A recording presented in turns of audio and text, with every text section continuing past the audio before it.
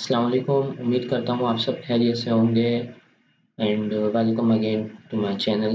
And basically आज का topic जो है वो बहुत ही सिंपल सा है, एसक्यूएल सर्वर से रिलेटेड। कि समटाइम्स हमारा पीसी ख़राब हो जाता है या विंडो करप्ट हो जाती है या कुछ भी सीन हो जाता है जिसकी वजह से हमें बैकअप करना पड़ता है। तो जब हम बैकअप करते हैं तो एटलीस्ट हमने बहुत सारे प्रोजेक्ट्स किए होते हैं और उनकी डेटाबेसेस हमारे पास बनी हुई होती है। लाइक आप मेरे पास देख सकते हैं यहाँ पे मेरे पास कोई 15 से 20 डेटाबेस यहाँ पे मौजूद है। अब मुझे इन सब का बैकअप चाहिए। सो इन सब का बैकअप तो चाहिए, पर मैं क्या करूँ? क्या एक एक को जाके यहाँ से स्क्रिप्ट बनाऊँ? लाइक टास्क में जाके मैं यहाँ से राइट क्लिक करूँ, टास्क में जाऊँ और यहाँ से मैं जो है इसको बैकअप करूँ। इसकी जगह क्या हो सकता है? इसकी जगह बहुत ही आसान तरीका ये है कि हम ये सारी डेटाबेस जो हमारे पास हमारी फ़ोल्डर है, डायरेक्टरी है, वहाँ पे बनी हुई होंगी, वहाँ से हम कॉपी कर लें। क्योंकि हम सी ड्राइव के अंदर मोस्टली इसको इंस्टॉल करते हैं तो परमिशंस के भी इश्यूज़ आते हैं। सो फर्स्ट ऑफ ऑल हमें ये ढूँढना है कि ये डेटाबेस बनी कहाँ पर है। ठीक है? एक तो आपके पास तरीका ही होता है कि जब आप डेटाबेस बनाते हैं वहीं से आप उसको बता दें कि भाई मुझे इस ड्राइव के अंदर जो है ना इसको सेव कराना है। बट अगर आपने उसको यहाँ से ऑप्शंस में जाके वो नहीं बताया है कि भाई कहाँ पे इसको सेव कराना है, इसकी लोकेशन क्या है, तो अब इसकी लोकेशन कैसे ढूँढें?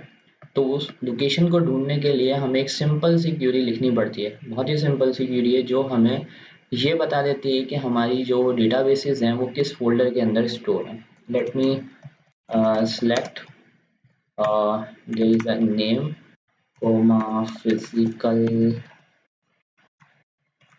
underscore name from system dot master files। सो ये हमारे पास टेबल है जिसके अंदर हमारे पास फाइल का नेम, डेटाबेस का नेम और उसका पाथ मौजूद होता है। तो हम इसको एग्जीक्यूट करते हैं ना, तो आप देखें यहाँ पे ये हमें फिजिकल उसका पाथ रिटर्न कर देता है। तो इसका मतलब ये है कि जितनी भी हमारी डेटाबेस बनी हुई हैं, क्योंकि हमने डिफ़ॉल्ट यूज़ किया हुआ है, तो ये सारी प्रोग्राम फाइल्स के अंदर इस डेटा के फ़ोल्डर के अंदर मौजूद हैं। अब जाके हम इसको लोकेट करते हैं। तो मैं चाहता हूँ यहाँ से, और मैंने आपको जैसे बताया कि प्रोग्राम फाइल्स के अंदर हम जाएँगे और यहाँ से मेरे पास एसक्यूएल सर्वर आ गया। अब यहाँ पे नहीं है मेरे पास, क्योंकि हम 64 आर्किटेक्चर यूज़ कर रहे हैं, तो हमें जाना पड़ेगा प्रोग्राम फाइल जो सिंपल वाला है, इसमें जाते हैं और माई सर्वर में जाते हैं और यहाँ पे ये आ रहा माई सर्वर डॉट। आप यहाँ पे भी देख सकते हैं, यहाँ पे जो लिखा हुआ है उसी को हमने यहाँ से कॉपी किया है। इसके अंदर मैं जाऊँगा, यहाँ पे MS SQL मुझे मिल रहा है, यहाँ पे आके मेरे पास यहाँ पे डेटा। सो ये मेरी सारी डेटाबेस जो भी आज तक मैंने बनाई है वो सारी की सारी यहाँ पे मौजूद है। सो अब हम क्या करना चाहते हैं, हम इन सबको कॉपी करके एक डिफरेंट लोकेशन में सेव करना चाहते हैं। लेट्स सपोज, सो मैंने कहा कि मुझे इनको किसी और डायरेक्टरी में सेव करना है। Let's suppose I want to save these into this directory. So I am getting the error, the action can't be completed because the file is open in। सो आप जब सी ड्राइव में इसको save करते हैं ना, आपके पास ये इशू लाजमी आने वाला है। अब इस इशू को कैसे रिजॉल्व करेंगे? समटाइम्स आप इसको रीस्टार्ट कर लें, मतलब ये प्रोग्राम आपने क्लोज कर दिया, इसके बाद आप पीसी को रीस्टार्ट कर लें, लेकिन फिर भी ये एरर आता है।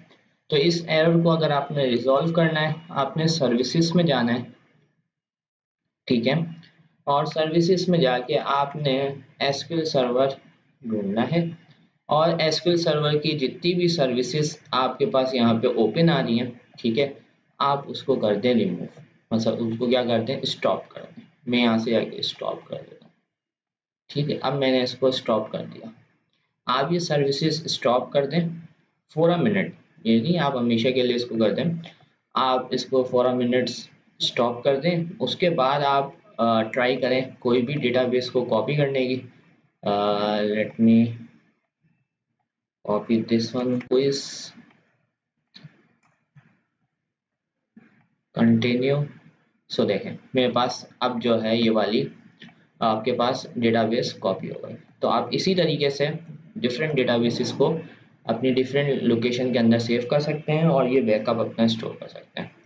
सो बेसिकली आज की टॉपिक में यही था कि हम किस तरह से एसक्यूएल सर्वर के जो हमारे पास डेटाबेसेस हैं उनका बैकअप कैसे स्टोर करें। Thank you.